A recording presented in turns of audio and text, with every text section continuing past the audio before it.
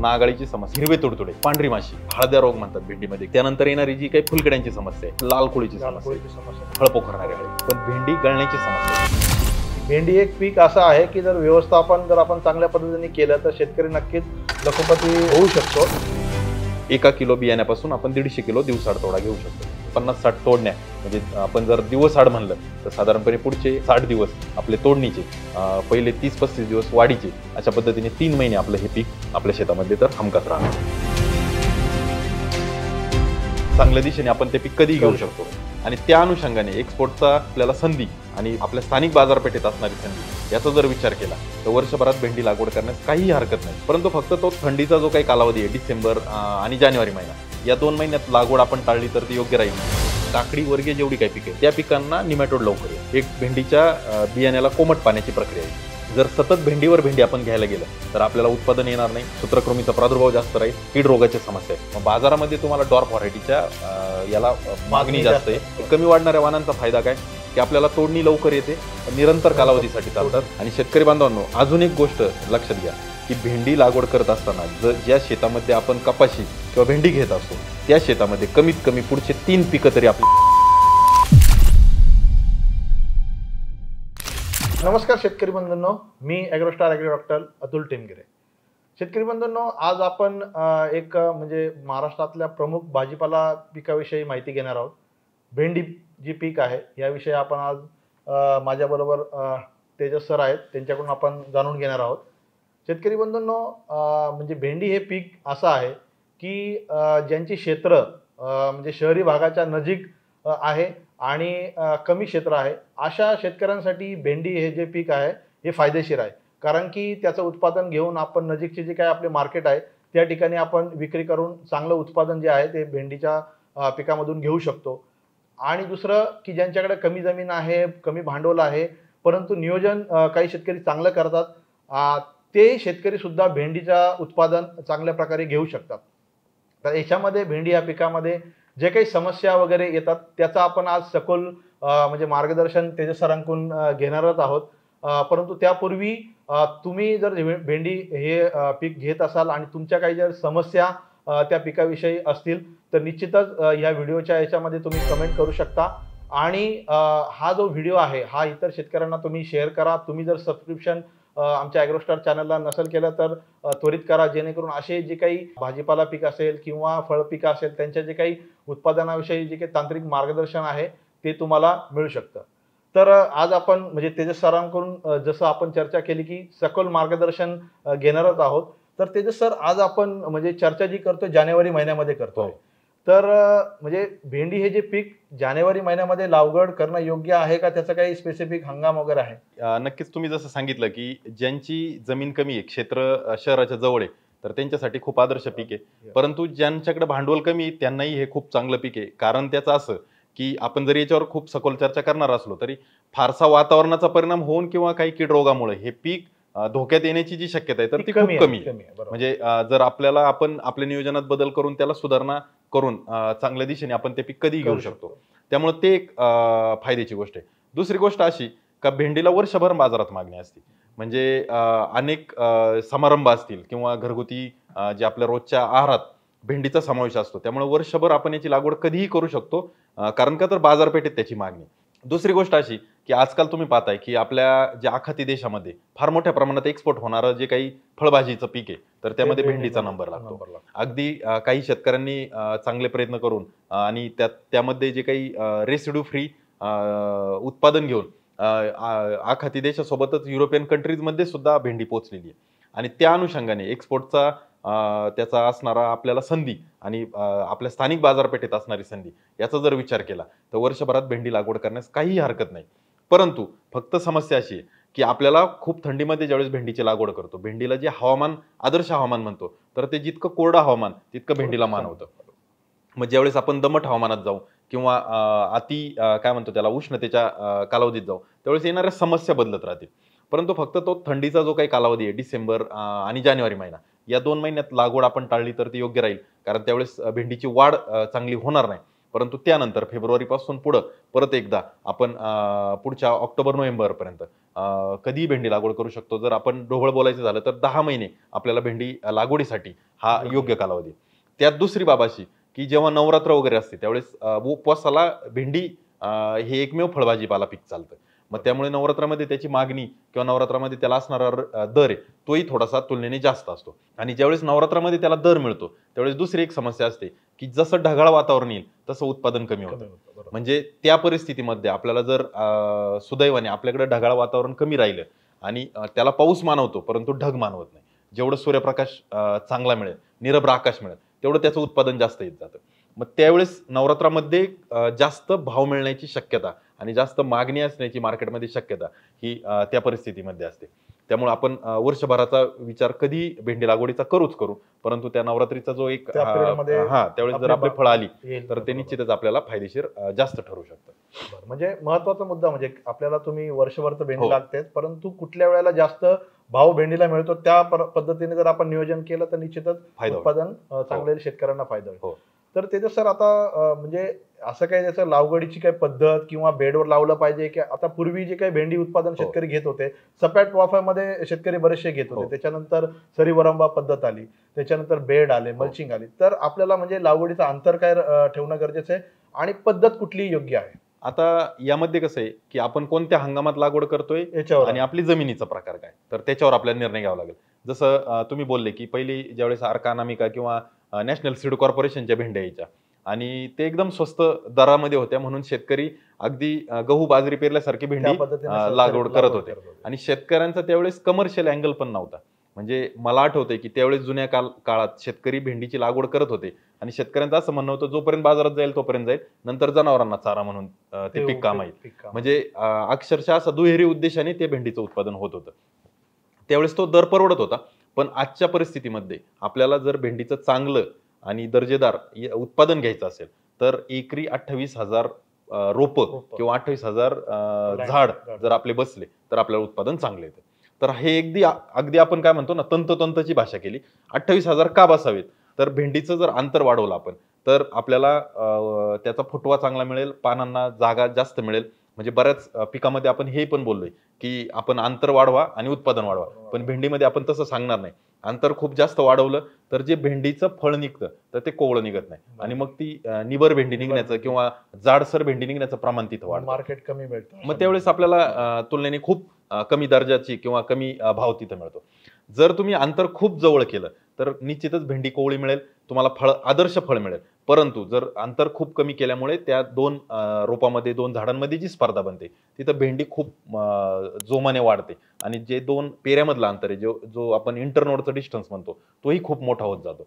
तर तोही धोका टाळायचा असेल तर त्यासाठी आपण इतकं तंतोतंत बोललो की 28,000 रोपं किंवा 28,000 झाड जर आपले एकरी बसले तर आपल्याला आदर्श उत्पादन निघतं. मग आता जर आपण सपाट वाफ्यावर लागवड करत असू तर जो काही साधारणपणे 1 मीटरचा वाफा असतो त्यामध्ये 3 किंवा 4 लाईन आपल्या बसतील. जर आपण सरी वरंब्यावर करत असू तर सरी वरंब्याच्या एकाच बाजूला लागवड करणं गरजेचं आहे. दोन्ही बाजूनी लागवड आपल्याला टाळायची. 1.5 फुटापेक्षा कमी अंतरावर आपण शक्यतो तरी 2 ओळीमधलं अंतर घ्यायचं नाही आणि 2 रोपामधलं अंतर हे साधारणपणे अर्धा फुटाच्या आसपास असलं पाहिजे. आता यामध्ये ज्यावेळेस तुम्ही उन्हाळी हंगामात लागवड करता त्यावेळेस उन्हाळी हंगामामध्ये मध्यम वाढ होते, त्यामुळे तुम्ही त्यावेळेसचा लागवडीचा जो काही अंतर आहे तर ते साधारणपणे 1.5 बाय अर्धा ठेवू शकता. हिवाळ्यामध्ये ते अंतर थोडंसं कमी करू शकता कारण हिवाळ्यामध्ये अशी त्याची वाढ कमीच होत असते. त्यामुळे थोडीशी प्लांट पॉप्युलेशन म्हणजे 28,000 ऐवजी तुम्ही 30,000 पर्यंत जाऊ शकता.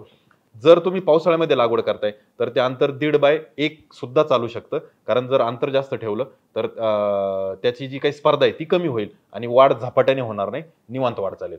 वरतून पावसाळ्यामध्ये किंवा जे काही आपण खरीप हंगामामध्ये जे भेंडीचं नियोजन करणार आहे तिथं वाढ थांबवण्यासाठी वाढ नियंत्रक वगैरे वापरणं किंवा पुढे जाऊन आपल्याला अन्नद्रव्यावर आपल्याला भर द्यावा लागेल की कशा पद्धतीने व्यवस्थापन करायचे, मग आपल्याला आदर्श असं उत्पादन निघेल. मग सरासरी 28,000 जर आपल्याला रोपं ठेवायचे असतील किंवा बी ठेवायचं असेल तर 2 किलो ते 2.5 किलो प्रति एकर हे आपल्याला योग्य बीज दर आपला मानला जातो. साधारणपणे 250 ग्रॅमचं पॅकेट येतं, 500 ग्रॅमचं पॅकेट येतं.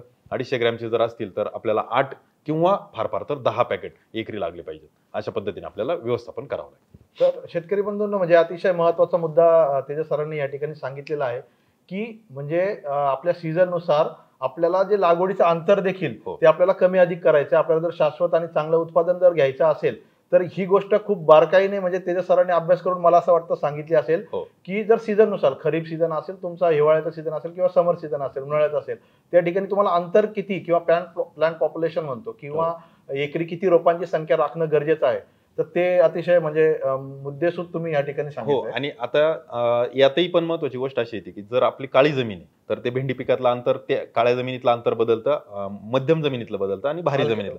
परत 3 हंगाम आणि 3 प्रकारच्या जमिनी यानुसार आपल्याला बदलावं. म्हणजे दरवर्षी 1.5 वर लागवड करतोय तर दरवर्षी प्रत्येक जमिनीमध्ये आणि प्रत्येक हंगामामध्ये तेच लागू होईल सूत्र असं नाही. नाहीये. भेंडीची वाढ आपल्याला इंटरनोडचं डिस्टन्स या सगळ्या गोष्टीचा अभ्यास करून आपल्याला ते अंतर कमी जास्त करणं सुद्धा गरजेचं आहे. आता समजा आता आपण मगाशी पण चर्चा केली की जर आपल्याला तांत्रिक किंवा चांगलं नियोजन जर आपण केलं तर निश्चितच उत्पादन चांगलं येऊ शकतं.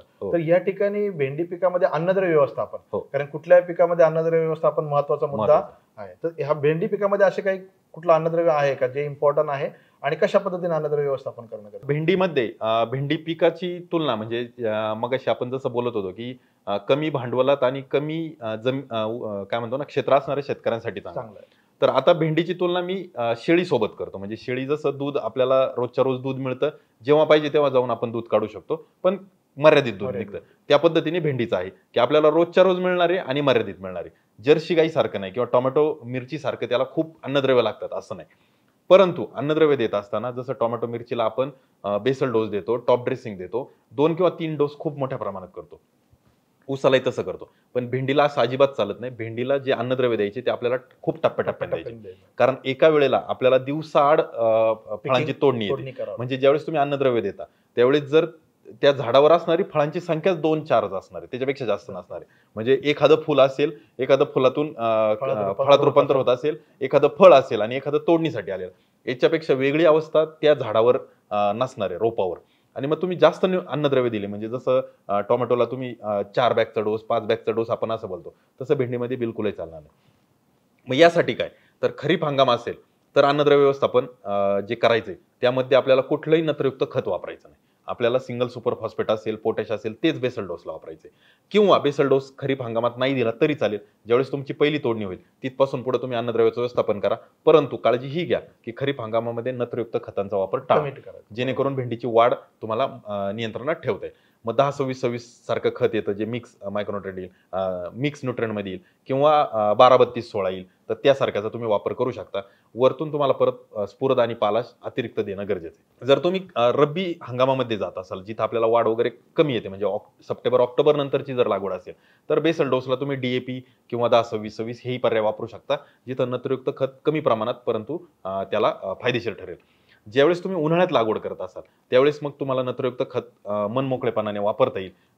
टप्प्याटप्प्याने म्हणजे साधारणपणे पूर्ण 1 एकर जर भेंडी असेल तर आपल्याला फार तर 45 किलोची 1 युरियाची बॅग सफिशियंट आहे. बाकीचे जे काय असेल DAP असेल, 10-26-26 असेल किंवा 24-24-0 असेल, 20-20-0 असेल, 12-32-16 असेल इत्यादी खत आपल्याला द्यावं लागतील. आता याच्यात होतं काय, आपल्याकडून भेंडीला नत्र जास्त झालं तर आपण ते पण ओळखू शकतो. म्हणजे भेंडीचं जर पान आहे तर ते पूर्ण गोलाकार बनलं तर समजून घ्यायचं की आपण नत्र जास्त देतो भेंडीला. म्हणजे कदाचित इंटरनोडचं डिस्टन्स आपल्याला जाणवणार नाही. कारण का, तर आपल्याकडे भेंडीचे प्रकार पण आहेत, म्हणजे जी डॉर्प वाढणारी आणि उंच वाढणारी. मग तिथं आपल्याला कदाचित जाणवणार नाही की इंटरनोड वाढला नाही. परंतु पानाला ज्यावेळेस साधारणपणे 3 त्या पानाचे भाग पडले पाहिजे, 3 त्याला आपण कात्री म्हणतो, तर त्या 3 कात्रीमध्ये पान नसेल आणि सलग गोल पान झालं तर समजून घ्यायचं की आपल्याकडून नत्र जास्त झाले. मग त्या परिस्थितीमध्ये आपल्याला नत्र कमी करून स्फुरद पालाची लेवल वाढवणं हे गरजेचं आहे. जर आपल्याला त्या 3 कात्र्या खूप लांब पडायला लागल्या तर समजून घ्यायचं की आपल्याकडून नत्र अजिबातच जात नाहीये, त्यावेळेस थोडंसं नत्राचं प्रमाण आपल्याला वाढवायचं. तर या गोष्टी ते झाडाकडून आपल्याला समजून येतात आणि त्यानुसार आपल्याला त्याचं व्यवस्थापन करावं लागतं. पण अन्नद्रव्य व्यवस्थापन करत असताना माझं जो सल्ला आहे की जे काही भेंडी उत्पादक आहेत तर त्यांनी कधी बेसल डोसला अन्नद्रव्य वापरा अथवा नका वापरू. इतर पिकांना आम्ही म्हणजे जाणीवपूर्वक आणि खूप बजावून सांगतो की बेसल डोस वापरा, पण भेंडीमध्ये आपण तो टाळू शकता.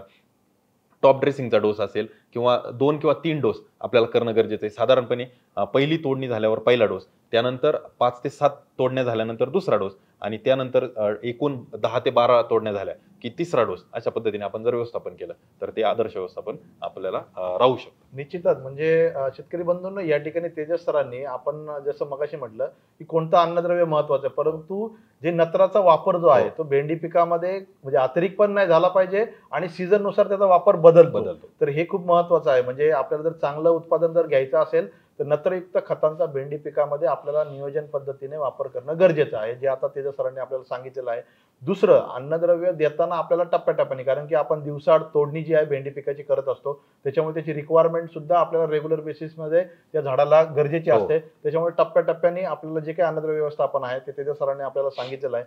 पण तेजस सर, आता कसं आहे, आता तुम्ही हे रेग्युलर सांगितलं, ज्याच्याकडे आपल्याला पाटपाणी आहे वगैरे अशा शेतकऱ्याचं तुम्ही नियोजन सांगितलं, पण ज्या शेतकऱ्याकडे ड्रीप आहे त्या शेतकऱ्यांनी अन्नद्रव्य व्यवस्थापन जर करायचं असेल तर कशा पद्धतीने जाणार? मगाशी पण आपल्याकडून हा मुद्दा ड्रीपचा राहिला की ड्रीपवर लागवड एकतर पहिली भेंडीची करायची की नाही करायची, हा एक पहिला महत्वाचा विषय.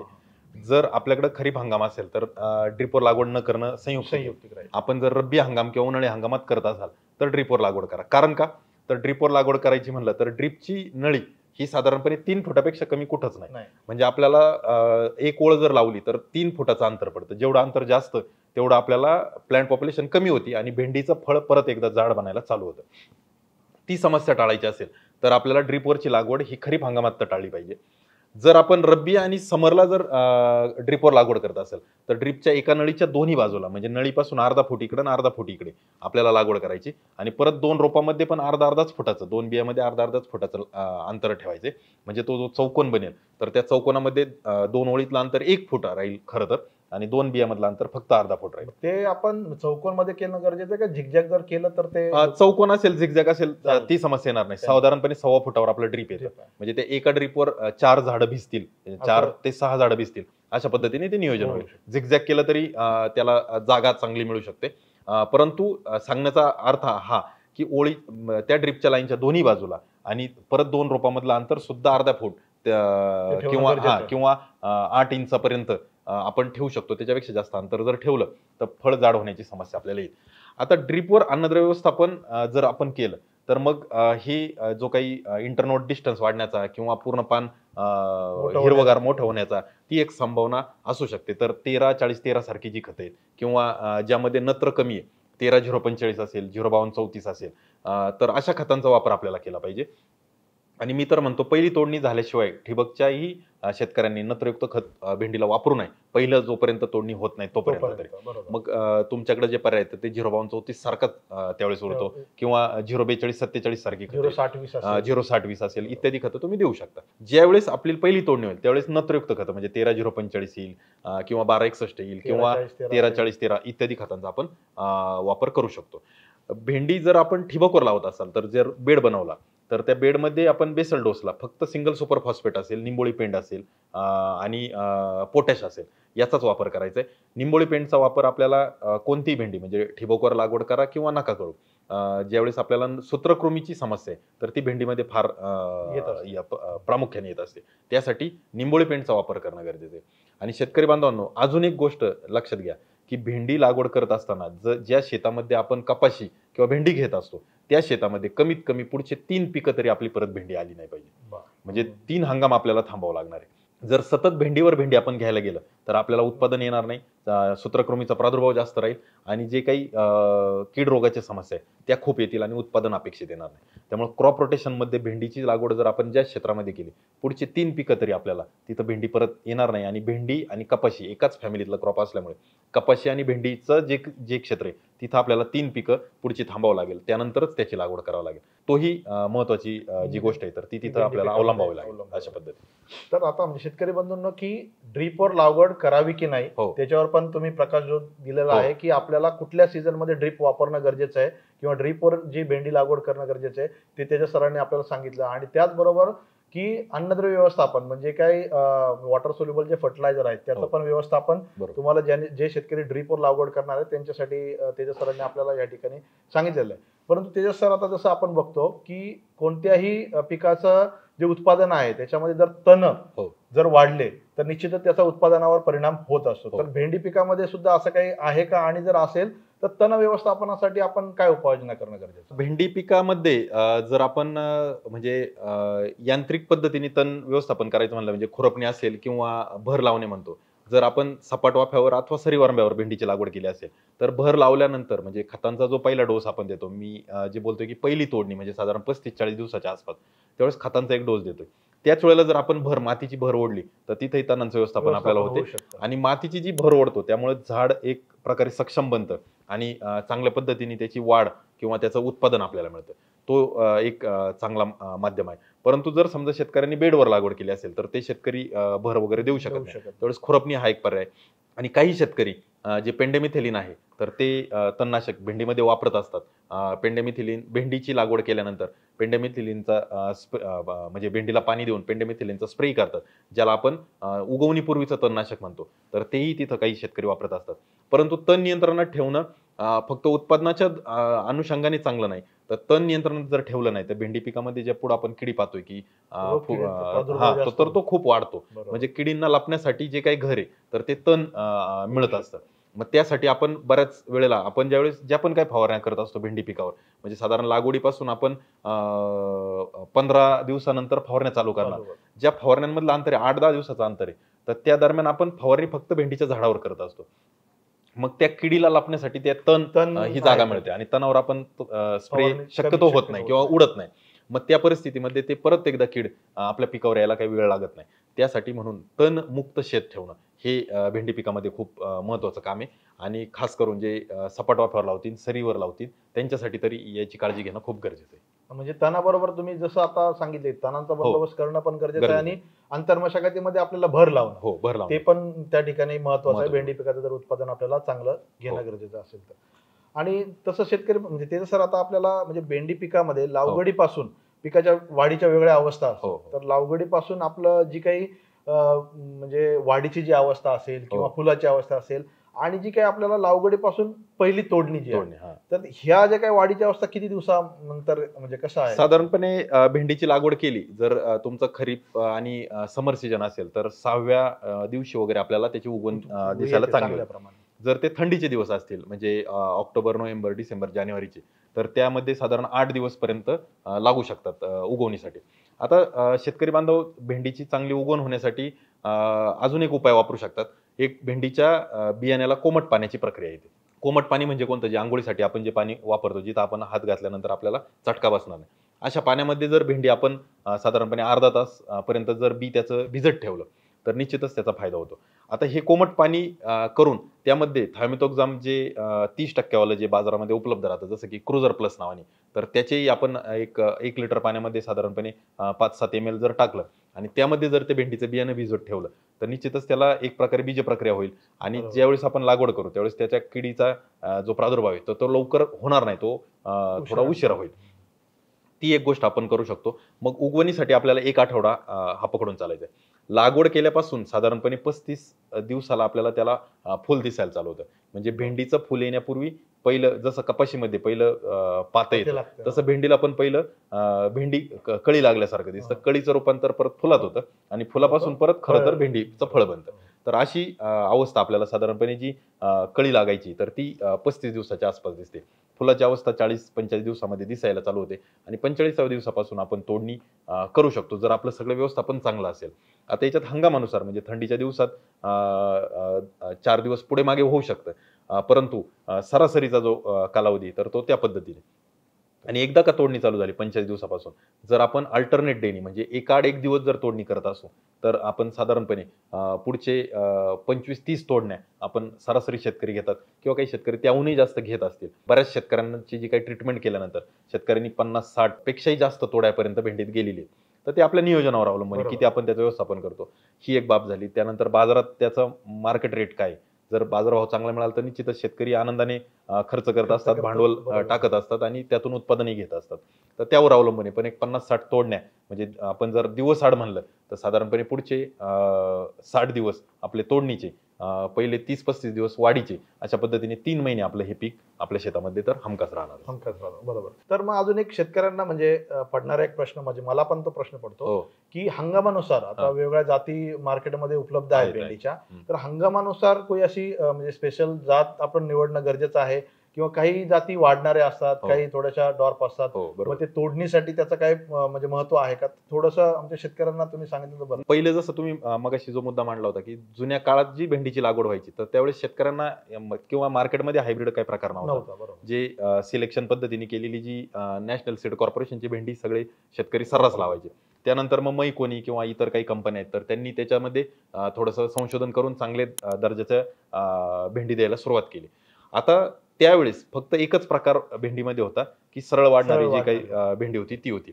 मग त्यावेळेस अंतर थोडंसं कमी अंतरावर लागवड करायला लागायची आणि ते झाड सरळ वाढायचं. मग त्या झाडाची शेवटची तोडणी म्हणजे साधारण 30-40 तोडण्या ज्यावेळेस यायच्या त्यावेळेस कदाचित डोक्याएवढी भेंडी एवढे असायची. मोठे 8-8 फुटापर्यंत भेंडी गेलेली असायची. तर अशा पद्धतीने त्यावेळेस तो सेगमेंट होता. त्याला एका वेळेला 3-3, 4-4 फळं पण लागायची. परंतु ते जास्त कालावधीसाठी ती वाण टिकत नव्हता. म्हणजे साधारणपणे जे आपण 60 तोडणीचा विषय करतो तर तेवढे ते होत नव्हते. 25-30 तोडणीपर्यंत ते चालायचे. आता गेल्या 3-4 वर्षापासून ॲडव्हान्टा कंपनीने नवीन संशोधन करून अशी जात आणल्या की ज्या वाढतात कमी. म्हणजे खास करून ज्यांची काळी जमीन आहे किंवा ज्यांच्याकडं खरीपमध्ये ज्यांना उत्पादन चांगलं घ्यायचे त्यांच्यासाठी कमी वाढणाऱ्या पण जाती आणल्या. मग कमी वाढणाऱ्या जाती म्हणजे जसं की ॲग्रोस्टारची जानकी असेल किंवा बाजारामध्ये राधिका असेल किंवा चंपा असेल तर या वाण आहेत हे कमी वाढतात. हे कमी वाढणाऱ्या वाणांचा फायदा काय की आपल्याला तोडणी लवकर येते आणि खूप निरंतर कालावधीसाठी चालतात आणि त्याची वाढ कमी होतेच होते पण त्याला फुटवाही खूप होतो. म्हणजे ज्यावेळेस शेवटची तोडणी येते त्यावेळेस एका झाडाला 3-3, 4-4 फांद्या आलेल्या दिसतात. तो यातला प्लस पॉईंट आहे. पण एका वेळेला एका इंटरनोडला एकच फळ लागणार. म्हणजे जे काही म्हणतो ना आपण प्रोडक्शन, तर शेवटचं जे काही उत्पादन आहे तर याचं आणि त्याचं तुलनेने सारखंच आहे ना, जास्त तफावत नाही. तफावत त्याच्यात फारशी जास्त. पडत नाही. तर ती एक बाब आहे. पण याचं इंटरनोड डिस्टन्स कमी आहे. शॉर्ट इंटरनोड असल्यामुळे याचं फळ पण कोवळं आणि बारीक दिसतं. त्याचं फळ तुलनेने थोडंसं मोठं आणि लांब दिसतं. मग बाजारामध्ये तुम्हाला डॉर्प व्हरायटीच्या याला मागणी जास्त आहे आणि तुम्हाला त्याचा फायदा आपल्या काळ्या जमिनीसाठी आणि खास करून खरीप हंगामासाठी होतो. जी उंच वाढणारी किंवा जिचं इंटरनोड डिस्टन्स जास्त आहे तर अशा ज्या व्हरायटी तर मार्केटमध्ये पहिली सम्राट चालत होती, त्यानंतर आता सिंगम आहे, तर किंवा ॲग्रोस्टारची मोनिका आहे. तर याही वाण आहेत की ज्यांचं अंतर थोडंसं जास्त आहे. खास करून रब्बी हंगामामध्ये जर याची लागवड केली तर वाढीची जी काही समस्या आहे तर ती तिथे येत नाही. म्हणजे आपल्याला ऑक्टोबर नोव्हेंबरमध्ये जी लागवड करायची त्यावेळेस जर आपण या मोनिकाचा किंवा सिंगम सम्राटचा जर विचार केला तर ती योग्य राहील की जिथं वाढ आपल्याला ऑटोमॅटिकच त्या वाणाची वाढीची टेंडन्सी आहे आणि ते वाढत राहील. अशा पद्धतीने आपण नियोजन करू शकतो. म्हणजे मार्केटनुसार आपण त्या पद्धतीने ठरवू ठरवू शकतो शकतो वाण कोणतं निवडायचं, काय निवडायचं. आणि जसं तुम्ही पहिल्यांदाच म्हटले की आपण एक्सपोर्टला जे आपण करतो तर भेंडी या पिकामध्ये बऱ्यापैकी एक्सपोर्ट जे आहे ते भारतामधून होत असतं. परंतु त्याच्यामध्ये थोडंसं एक अजून एक प्रश्न मला ऍड करायचा आहे की भेंडी आपण एक्सपोर्टसाठी जी तोडतो आणि आपली जी काही लोकल मार्केटसाठी तोडतो त्याच्यामध्ये काही तफावत आहे का? म्हणजे नाही आहे ना, एक्सपोर्ट वाल्यांची जी काही डिमांड आहे म्हणजे भेंडीला जर तुम्ही इंग्लिश वर्ड त्याला ओकरा आहे परंतु लेडीज फिंगर हे त्याचं नाव आहे. तर ते लेडीज फिंगर का तर ते कोवळेपणा आणि तो जो काही म्हणजे महिलांची जी काही बोटाची रचना असते तर तो जो लुसलुशीतपणा आणि कोवळेपणा तो त्या भेंडीत आहे म्हणून त्याला ते नाव असते. मग तो मिळण्यासाठी आपल्याला दिवस आड तोडणं खूप गरजेचं आहे. जर आपली जमीन भारी असेल, आपलं अन्नद्रव्य व्यवस्थापन खूप चांगलं असेल तर आपल्याला दिवस आड नाही तोडली तर तिसऱ्या दिवशी ते फळ आपल्याला मोठं झालेलं दिसेल आणि ते बाजाराच्या किंवा विक्रीच्या लायकीचं राहणार आहे आणि खास करून एक्सपोर्टसाठी तर राहणार. जर लोकलला गेले तर आता दक्षिणच्या बाजूला जर आपण गेलो कर्नाटक किंवा बाजूला इकडं केरळ वगैरेला तर तिथं सांबारमध्ये भेंडी वापरण्याची पद्धत आहे किंवा प्रत्येक भाजीमध्ये भेंडीचा वापर होतो.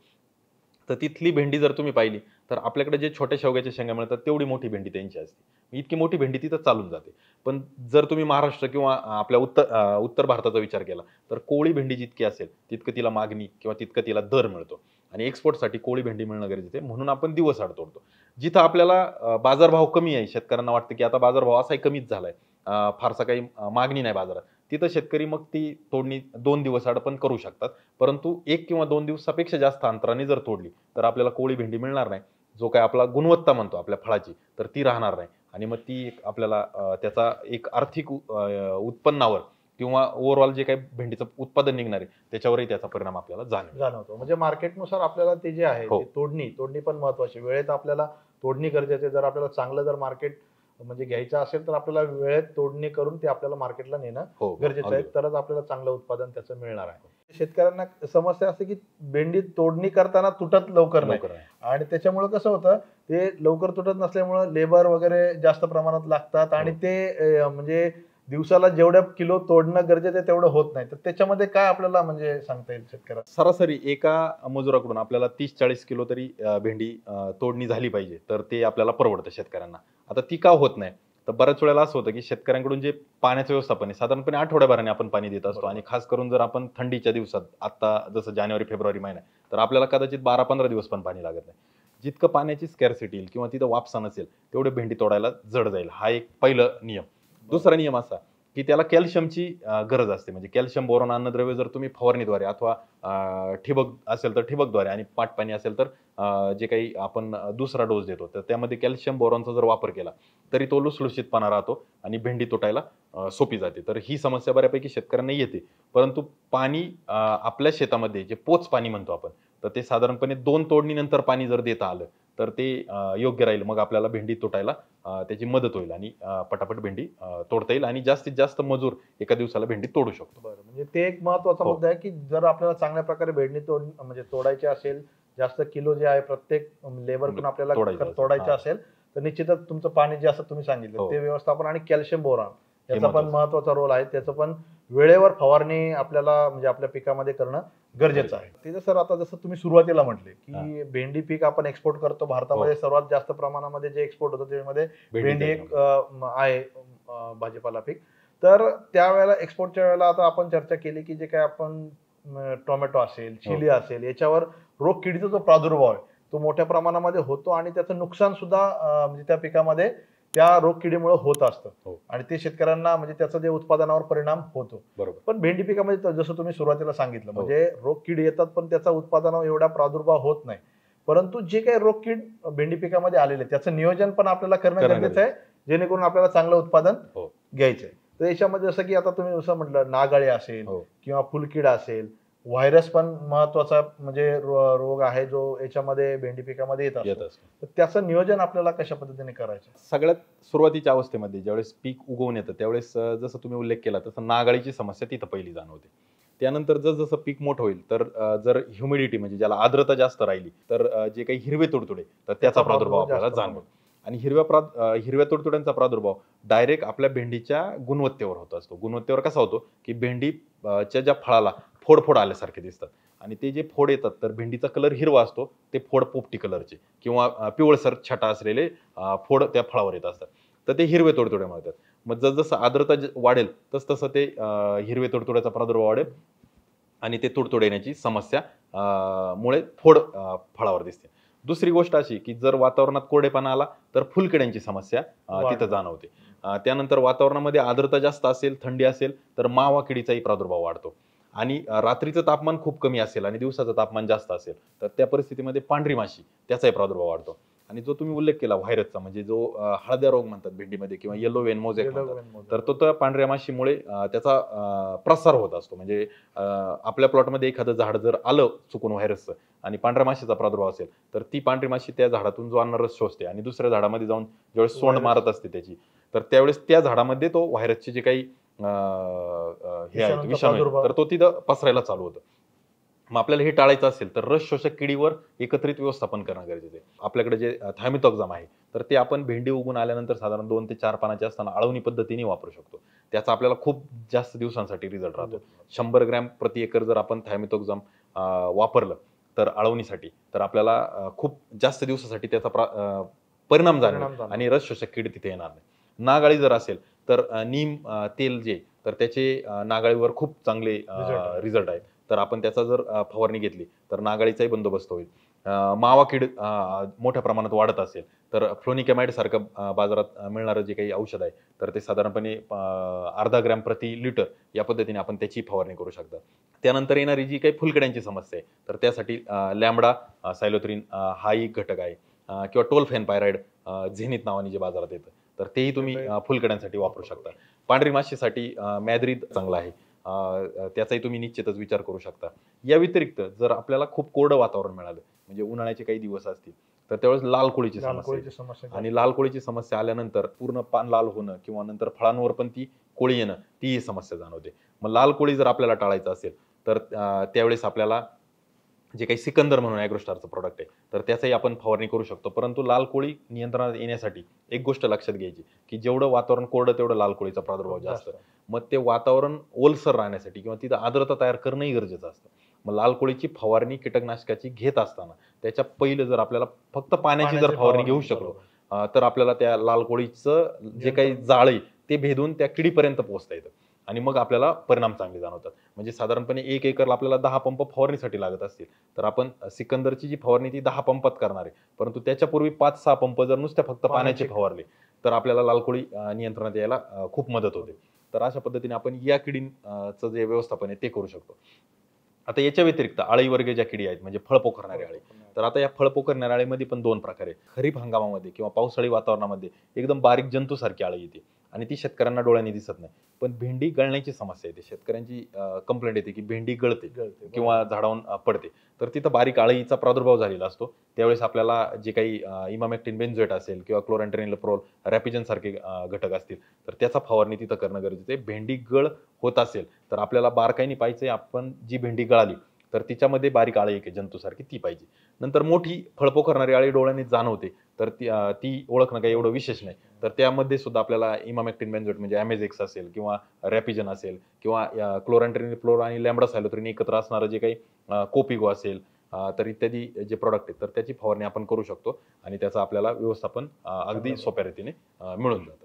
शेतकरी बंधूंनो, म्हणजे तेजस सरांनी कोणत्या वातावरणामध्ये कोणती कीड हो. प्रादुर्भाव करते आणि त्याचं नियोजन कशा पद्धतीने करणं गरजेचं आहे. आणि दुसरं महत्वाचा मुद्दा म्हणजे जी कीड आपल्याला ओळखता येत नाही, जसं भेंडी गळते परंतु त्याच्यामध्ये अळीचा प्रादुर्भाव असू शकतो आणि त्याचं नियोजन आपल्याला त्या ठिकाणी करणं गरजेचं आहे. आणि ते सर सुरुवातीला तुम्ही म्हणजे सूत्रकृमींचा पण प्रादुर्भाव म्हणजे बोललं त्याविषयी. तर सूत्रकृमीसाठी आपण जे लागवडीच्या वेळेस आपण निंबोळी खताचा आवर्जून वापर करायचा आहे. भेंडी पिकामध्ये निंबोळी खत आपल्याला साधारणपणे 80 किलो ते 120 किलो प्रति एकर आपल्याला करायचे. सूत्रकृमी टाळण्यासाठी त्याचसोबतच कार्बोफ्युरॉन बाजारात जे दाणेदार स्वरूपातलं येतं, जर आपल्याला आपल्या इतर पिकांना सूत्रकृमीची समस्या जाणवली असेल तर भेंडी पिकामध्ये हा केमिकलचा उपयोग त्यावेळेस तुम्ही करू शकता. कार्बोफ्युरॉन साधारणपणे 10 ते 12 किलो प्रति एकर आपल्याला खतासोबत वापरायचे. शक्यतोवर भेंडीच्या पेरणीच्या वेळेस किंवा लागवडीच्या वेळेस त्याचा वापर केला पाहिजे. परंतु केमिकल वापरण्यापूर्वी आपल्या शेतामध्ये इतर पिकांना सूत्रकृमी आली होती तरच आपण केमिकलचा विचार करा, अथवा आपल्याला प्रतिबंधात्मक म्हणून सुरुवातीला निंबोळी पेंड जे आहे तर त्याच्यावर आपलं काम भागून जाईल. निंबोळी पेंडमुळे जे काही किडींना परावर्तन करण्याचं काम आहे तर ती निंबोळी पेंड करते आणि सूत्रकृमी बिलकुलही निंबोळीच्या जवळ जात नाही. त्यामुळे आपल्याला निंबोळी पेंड टाकल्यानंतर सूत्रकृमीचा प्रादुर्भाव बऱ्यापैकी नियंत्रणात राहतो. आणि सूत्रकृमी ज्या शेतामध्ये आली किंवा भेंडी पिकामध्ये पीक फेरपालट करणं पण गरजेचं आहे. तिथं ते पण महत्वाचं गोष्ट आहे. मग तिथं आपल्याला भेंडीचं परत पुढच्या 2-3 वर्षात तरी घेता येणार नाही. टोमॅटो सारखं पीक आहे, भेंडी सारखं पीक आहे आणि काकडी वर्गीय जेवढी काही पीक आहे म्हणजे काकडी, दुधी, दोडका, त्या पिकांना निमॅटोड लवकर येतो. मग त्यासाठी आपल्याला त्या पिकांचा वापर टाळायचा आहे. मग आपण मिरची किंवा जे काही चवळी, मेथी इत्यादी जी पिकं आहेत तर त्याची पीक फेरपालट करू शकतो, जेणेकरून आपल्याला निमॅटोड टाळता येईल. म्हणजे आता हे आपण रोग जे काय आहे त्याच्या कीड जे आहे त्याविषयी आपण चर्चा केली. भेंडी पिकामध्ये काही रोगांची पण समस्या आहे, म्हणजे भुरी असेल किंवा मर रोग आहे विशेषतः, तर त्याविषयी काय म्हणजे त्याचा उपाययोजना कशा पद्धतीने करायची? आता भेंडीमध्ये भुरीची समस्या येते. जेव्हा कोरडं वातावरण राहिलं, थंड वातावरण राहिलं तर भुरीची समस्या येते. भुरी सफेद रंगाची बुरशी शेतकऱ्यांना ओळखता येते सहजासहजी. आपण जी काही पिठासारखं पानावर पडलेलं किंवा जी टाल्कम पावडर लावतो तर ते पानावर जाणवतं. आणि भुरीचा प्रादुर्भाव जर वाढला तर त्या पिकाची अन्न निर्मिती करण्याची प्रक्रिया कमी होते आणि पिकाला पोषण कमी मिळतं किंवा उत्पादनावर त्याचा परिणाम होतो. मग त्यासाठी भुरी जर टाळायची असेल तर आपल्याला जर उन्हाळ्याचे दिवस नसतील म्हणजे साधारणपणे फेब्रुवारी महिन्यापर्यंत, तर आपण गंधक हे सगळ्यात चांगलं भुरीसाठी किंवा बुरशीनाशक आहे. गंधकाची फवारणी असेल किंवा गंधक धुरळणी सुद्धा आपण करू शकतो. धुरळणीचे रिझल्ट खूप चांगले आहेत. आपण जर मोठ्या प्रमाणात भुरीचा प्रादुर्भाव असेल तर आपण अगदी आपल्याकडे डस्टर नसेल धुरळणी करण्यासाठी तर सॉक्समध्ये जरी गंधक टाकलं आणि प्रत्येक झाडावर ते झटकत चाललं तरी पण आपल्याला खूप चांगले रिझल्ट येतील. जर फवारणीद्वारे केलं तरी 2 ते 2.5 ग्रॅम प्रति लिटर याप्रमाणे गंधक आपण वापरू शकतो. भुरीच्या जोडीला जर करपा असेल तर त्यासाठी बाजारामध्ये जे नेटिव्ह मिळतं तर त्याची 80 ग्रॅम प्रति एकर या पद्धतीने आपण त्याची फवारणी करू शकतो, जे भुरीला पण काम करेल आणि करपा रोगासाठी पण काम करेल. आता करपा रोग 2 प्रकारे येतात, अर्ली ब्लाइट आणि लेट ब्लाइट. तर तोही महत्त्वाचा आहे. अर्ली ब्लाइट जो येतो तर त्यामध्ये करप्याचे जे काही डाग दिसतात त्यामध्ये आपल्याला गोल गोल सर्कल केल्यासारखे जाणवतात. तर तो अर्ली ब्लाइटचा तो प्रादुर्भाव आहे. आणि लेट ब्लाइट जो आहे तर त्यामध्ये पानाच्या कडेने कुठंतरी आपल्याला करपा आलेला जाणवतो. लेट ब्लाइट येण्याची जी शक्यता आहे तर ती फक्त बुरशीमुळे असू शकते असं नाही, तर तिथं जीवाणूचे पण प्रादुर्भाव होऊ शकतो. मग त्यासाठी कॉपर बेस जे काही बुरशीनाशक आहे त्यांचाही आपल्याला तिथं वापर करणं गरजेचं आहे. तर तिथं मग करपा आपल्याला नियंत्रणात येऊ शकतो. आणि खास करून पावसाळ्याचे दिवस ज्यावेळेस त्यावेळेस तो करप्याची समस्या आपल्याला जाणवते. ते जसं जसं आता आपण चर्चा केली, बरीचशी चर्चा, म्हणजे लागवडीचा हंगाम असेल हो किंवा बियाणं निवड असेल, कशा पद्धतीने लागवड करणं गरजेचं आहे, रोग कीड व्यवस्थापन असेल, हो. या सर्व गोष्टी जसं आता तुम्ही सांगितले त्या पद्धतीने जर शेतकऱ्यांनी जर केल्या तर एक एकरी साधारण उत्पादन शेतकऱ्यांना कितीपर्यंत येऊ शकतं? उत्पादनाचा ढोबळ हिशोब असा आहे की ज्यावेळेस भेंडीची लागवड करतो आपण तर लागवड केल्यापासून साधारणपणे 60 दिवसांनी जी 5वा वगैरे तोडा येईल तर त्या 5व्या 6व्या तोड्यापासून आपल्याला 1 किलो बियापासून 100 किलो उत्पादन दिवसाड निघालं पाहिजे. 1 किलो बियापासून 100 किलो उत्पादन दिवसाड दिवसाड निघालं पाहिजे. म्हणजे साधारणपणे 2 ते 2.5 किलो लागवड केलेली आहे तर आपल्याला 250 किलोच्या सरासरीमध्ये 5व्या तोड्यापासून निघायला चालू होतं. म्हणजे दिवसाड 250 किलो आपल्याला 5व्या तोड्यापासून मिळतं. साधारणपणे 10 तोड्यापर्यंत ते 100 किलोची रेंज राहते किलोला. 1 किलो बियाला 100 किलो. आणि 10व्या 12व्या तोड्यापासून ते वाढत जातं. 100 किलो ऐवजी 120, 130, 150 पर्यंत जाऊ शकतं. 1 किलो बियाण्यापासून आपण 150 किलो दिवसाड तोडा घेऊ शकतो. 15-20 तोडे झाले की परत एकदा ते उतरत्या क्रमाने चालू होतं. आता शेतकऱ्यांनी काय करायचं, ज्यावेळेस आपल्याला पहिल्या तोड्याला आपण खतांचा डोस करतोय तो डोस देणार, जे काही 24-24 असेल, 10-26-26 असेल, त्याच्यासोबत मॅग्नेशियम वगैरे कॅल्शियम असेल, या गोष्टी देणार. ज्यावेळेस शेतकऱ्यांचा तोडा 100-125 किलो झाल्यानंतर परत डिक्लाईन व्हायला चालू होईल असं जाणवतं, 2 तोडे कमीचे झाले की लगेच परत खतांचा दुसरा डोस वापरायचा. मग परत एकदा ते स्टेबल राहतं उत्पादन. आणि तिसरा डोस जो आहे तो परत एकदा डिक्लाईन मोडला आला का तिसरा डोस जो खतांचा आहे तर तो वापरायचा आहे. आणि 10-26-26 असेल, 24-24 असेल, इत्यादी खतं जर आपण वापरली, त्याच्या जोडीला पहिल्या वेळेस मॅग्नेशियम असेल, नंतर कॅल्शियम असेल, एखाद्या वेळेस सल्फर असेल, याचा जर वापर केला तर निश्चितच आपल्याला उत्पादन त्याचं शेवटपर्यंत चांगलं निघेल. एकंदरीत जर उत्पादनाचा हिशोब काढला तर साधारणपणे 6 टनापासून 8 टनापर्यंत उत्पादन आपल्याला अपेक्षित आहे भेंडीपासून. आणि मला वाटतं साधारणपणे 90 दिवसामध्ये हे उत्पादन खूप रास्त आहे. भेंडीला बाजारभावही चांगला मिळतो. किंवा बाजारामध्ये जे काही चढ उतार आहेत जसं टोमॅटोवर परिणाम करतात तसं भेंडीवर करत नाही फारसे. तर तो एक स्टेबल बाजारभाव भेंडीला असतो. आणि 6 ते 8 टन उत्पादन हे अगदी योग्य असं उत्पादन मी समजतो. म्हणजे ते जर तुम्ही सांगितलं की 6 ते 8 टन जर एकरी उत्पादन मिळतंय, आणि जर आजच्या आपण बाजारभावाचे जर तुलना केली म्हणजे 31 रुपये, 25 ते 30 रुपये बाजारभाव आहे. म्हणजे भेंडी एक पीक असं आहे की जर व्यवस्थापन जर आपण चांगल्या पद्धतीने केलं तर शेतकरी नक्कीच लखोपती म्हणजे होऊ शकतो. म्हणजे ज्याचं क्षेत्र कमी आहे अशा शेतकऱ्यांनी, जसं आपण सुरुवातीला चर्चा केली की अशा शेतकऱ्यांनी जरूर मार्केट जवळ असेल तर भेंडीची लागवड करून, आणि तेजस सरांनी जे आज आपल्या ह्या व्हिडिओमध्ये तांत्रिक मार्गदर्शन भेंडी पिकाविषयी जर दिलेलं आहे त्याचा वापर जर तुम्ही तुमच्या शेतामध्ये जर केला तर निश्चितच तुम्हाला चांगलं उत्पादन जे आहे ते भेंडीचं घेता येणार आहे. तेजस सर, आता म्हणजे आपण बघितलं या सर्व गोष्टी आपण बघितल्या, लखोपती म्हणजे शेतकरी आपण भेंडी पिकामध्ये लखोपती होऊ शकतो निश्चित. बरोबर. शेतकरी बंधूंनो, ही जी माहिती तुम्हाला कशी वाटली जरूर कमेंटच्या माध्यमातून आम्हाला कळवा. आणि भेंडी, आता आपण भेंडीविषयी चर्चा केली, अजून कोणत्या पिकाविषयी तुम्हाला असं तांत्रिक मार्गदर्शन हवं आहे ते देखील कमेंटच्या माध्यमातून आम्हाला कळवा. आणि हा व्हिडिओ जर तुम्हाला आवडला असेल तर इतर शेतकऱ्यांना शेअर करा, जेणेकरून त्यांना देखील भेंडीचं जे आहे चांगल्या पद्धतीचं उत्पादन घेता येईल.